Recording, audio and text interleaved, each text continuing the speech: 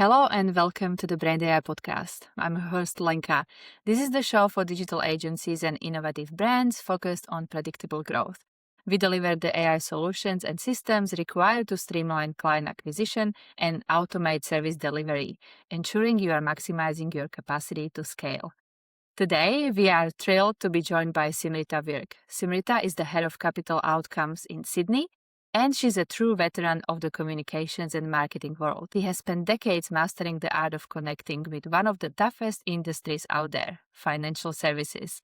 She's been with the agency for over 20 years, helping it evolve from a traditional PR shop into a powerhouse that now handles everything from publishing to digital marketing.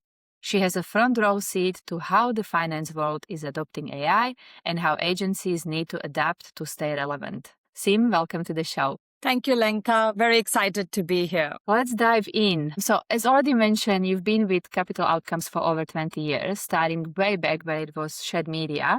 Can you walk us through your journey? How did you first get into the world of PR? Absolutely. And that's a great question because, as we all know, once we finish high school, the world is an oyster and everybody's trying to play to their strengths. And my interest was in history and storytelling and understanding the world around us. I did a degree in history honors from Delhi University, and that got me closer to my passion, which is looking at how the world has evolved and looking at how stories have played such a big part in the way civilizations have grown and evolved. So I decided to jump into the world of communications and journalism. And I did a postgraduate degree in communications from London School of Communications. And we had the option of either diverging into news and media, into being a journalist, or moving into the world of communications and PR.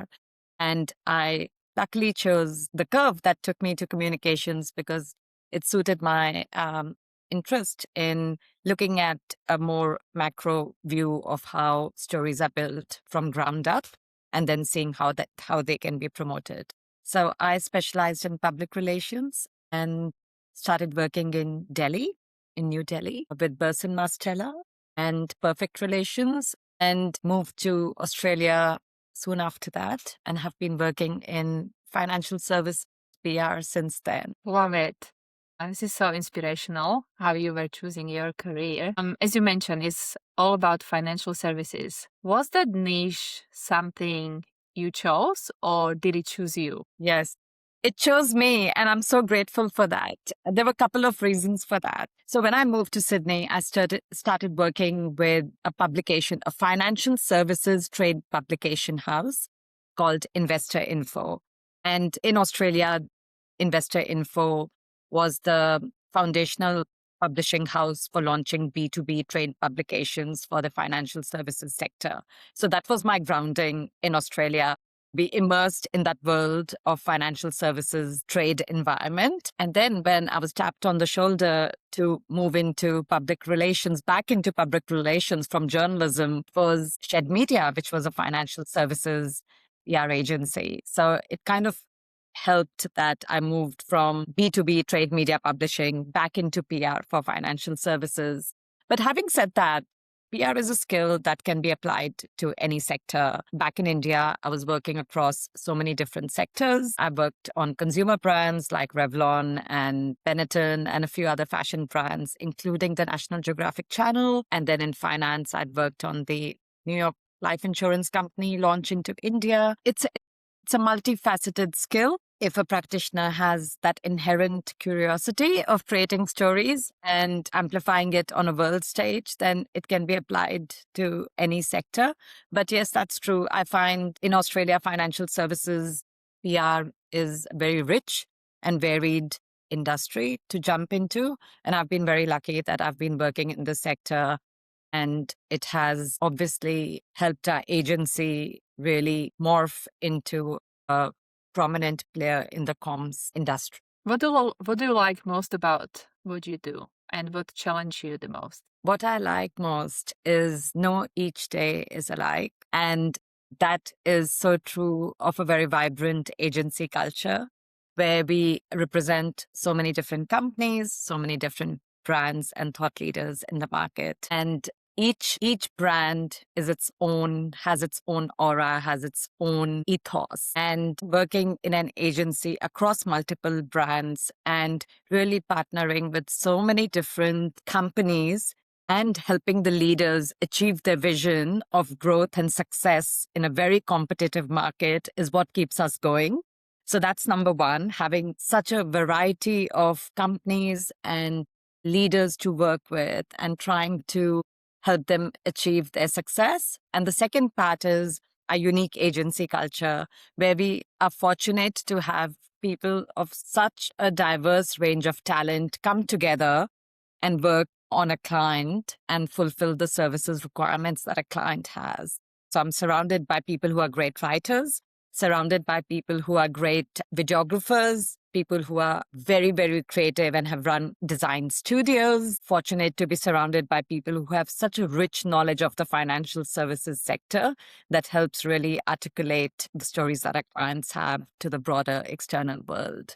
So that's the other thing. It's our internal world within the agency is so rich and so interesting. And the external world is our clients and their stakeholders that make our each single day so different, I feel. So one challenge is thematic, right? Because we work in the financial services sector, finance by its nature is a risky environment because of the amount of capital and money that it manages, right? So that lends itself to development of potential crisis because it's to do with managing capital, and financial services companies have a fiduciary duty in managing that capital and preserving that capital and growing that capital for their clients. Having said that, it lends itself to malpractices that can happen within the sector as well. So we are always fearful of getting involved in situations where there's a potential for our clients to be impacted by a crisis. So therefore, crisis management is always a huge part, reputation management, crisis management, and looking ahead and planning and being 4 steps ahead of a foreseeable crisis is part of our day-to-day job. So apart from just talking about positive stories and talking about positive news and all of that, the other part behind the scenes that we work very closely is being aware of anything negative that could impact the industry and our clients. That's one part. The second biggest challenge is artificial intelligence and how that's going to impact the creative industry and the comms industry and the PR and the media industry as it's impacting all other industries. And that's why I feel that challenge is going to get bigger and bigger, whereby as consumers of information from any source, it will become harder to differentiate what is real and authentic and what is being built by algorithms, and it might not have that credibility. So I think that's the biggest challenge. How do we marry the beauty of AI with the natural instinct of having authentic storytelling? I think that's one challenge that everybody in the industry is facing. We are not the only ones, but as experienced leaders in this field, I think it is important more than ever for human storytelling to stand out and differentiate against what AI is generating from that perspective. AI is rising, right? Every day, every year. 2026 has huge predictions about what's coming. How do you think that the new technology actually changed the way how job in a comms person, like working with those financial brands? Like how much did you already had to adapt, and what do you reckon will happen this year? So 2025 was a very critical year for the communications industry because 2025 was the year when everyone across the board, and I'm part of a few committees on CAPRA, which is the Association for Public Relations and Communications People in Australia. So across all our committees, across all our practitioners, everybody jumped into analyzing how AI could have a positive impact on the communications and the PR industry. And it was quite positive in the way it's now being implemented. So phase one was using AI for grunt work. Everybody was using AI tools to do all the admin grunt work, trying to understand how sophisticated and how how intelligent it could be in providing the results from a very admin perspective. From phase one, we've moved on to phase two, when we are appreciating the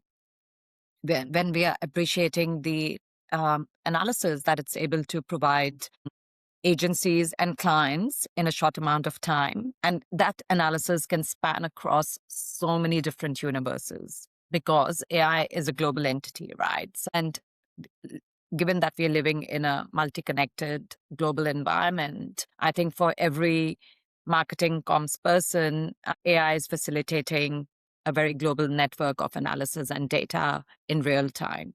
And that's helping us. I mentioned about being 4 steps ahead of a perceived crisis, and that's helping us stay ahead in terms of gathering sentiment, notes, capturing trends before they become a real trend as well. So there's a lot of AI listening. There's a lot of backdrop that we are dipping into that's helping us build our strategies with some real-time information that we are getting at a faster pace than ever. So we've moved to phase two. Phase three will be when we'll be able to mere creative human storytelling and overlay it with what AI is already producing and be able to create that strong differentiation between what is AI generated and what is not AI generated. I think that's where we are heading into 2020. So we are excited as a team to work on that phase three now. Amazing. Yeah, I think it will be very interesting to see, to your point, it's getting harder and harder to differentiate what's AI and what's real, especially in the online world, in social media and those things. I think AI could be really powerful in a sense of communication and in media and marketing in general because it can help you.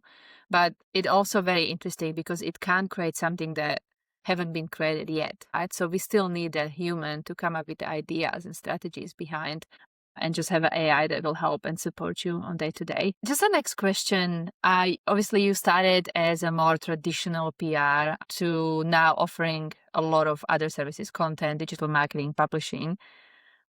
Why was it important for your agency to put all these under one roof and specializing instead of just specializing in one thing?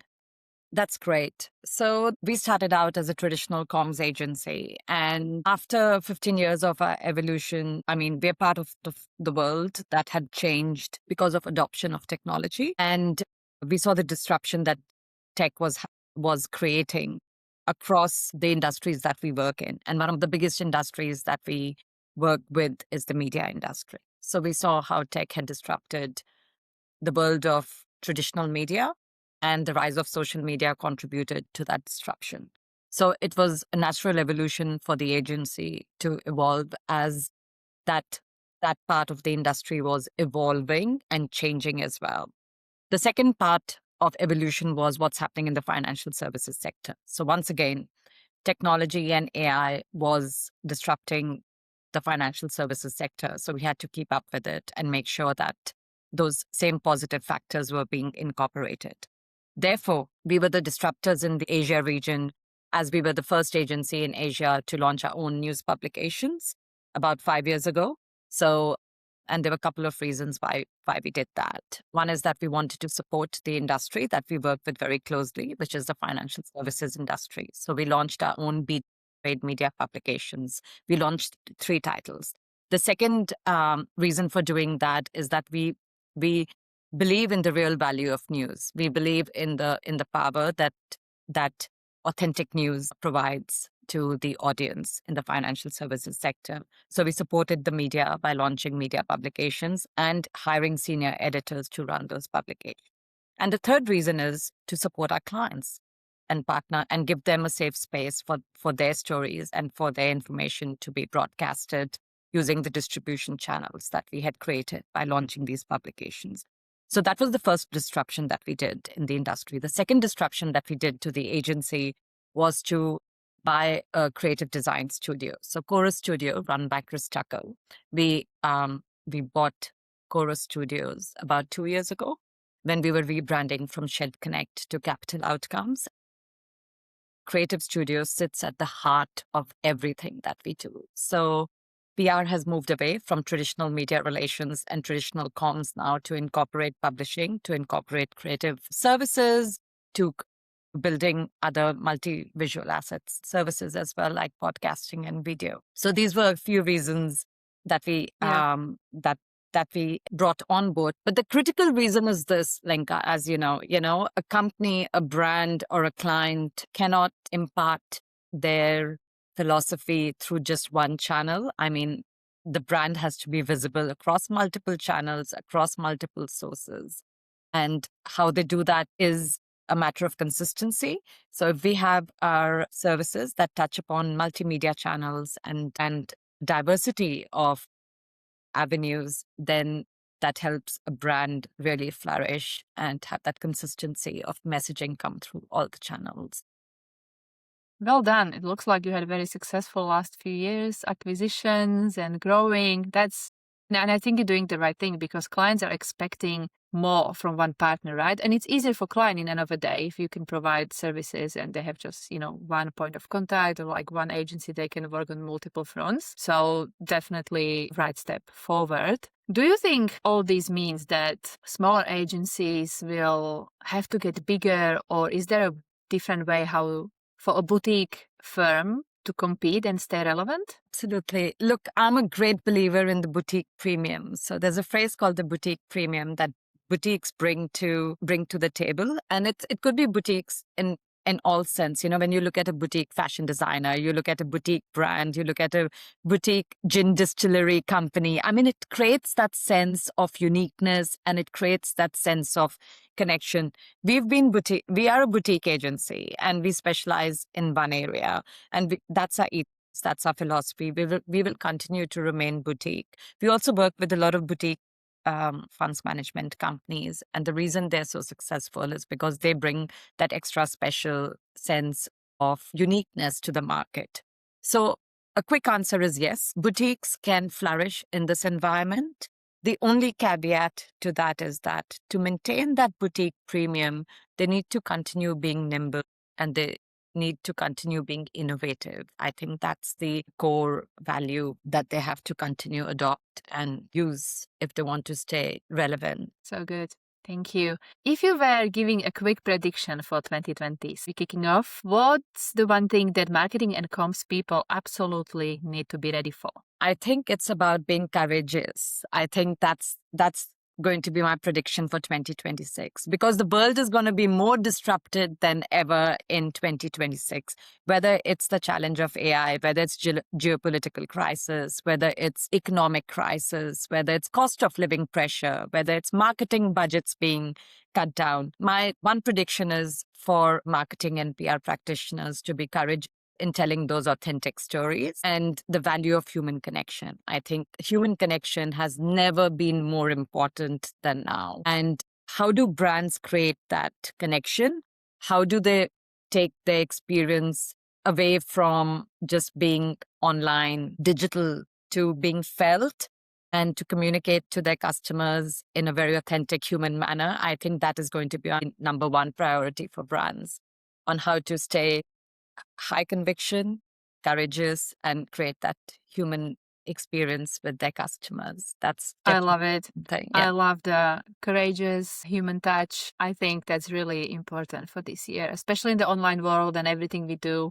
I think we're slowly losing it. So I think it's a responsibility of all of us, not just, professionals, to don't forget to, call people and go for that coffee and just make that effort. So lastly, what would be the best way for the audience to connect with you or learn more about Capital Outcomes? Very simple. Jump onto our website, capitaloutcomes.co. That has our contact details on it. Or they can send me a quick connection on LinkedIn, Simrita Virk on LinkedIn. They can also visit us in our Sydney office, or they can come and drop in by our Melbourne office. We love welcoming people from the industry or even students or people who are graduating in this field. If they want to get any feedback about the industry or they want to learn more about the industry, happy to take them out for a coffee. Thank you so much, Sim. That was great. You can find all those links and resources down below in the description. To all our listeners, thank you so much for tuning in. Remember to subscribe and review, and we'll be back soon with another interesting topic. Thank you, Lenka. Bye.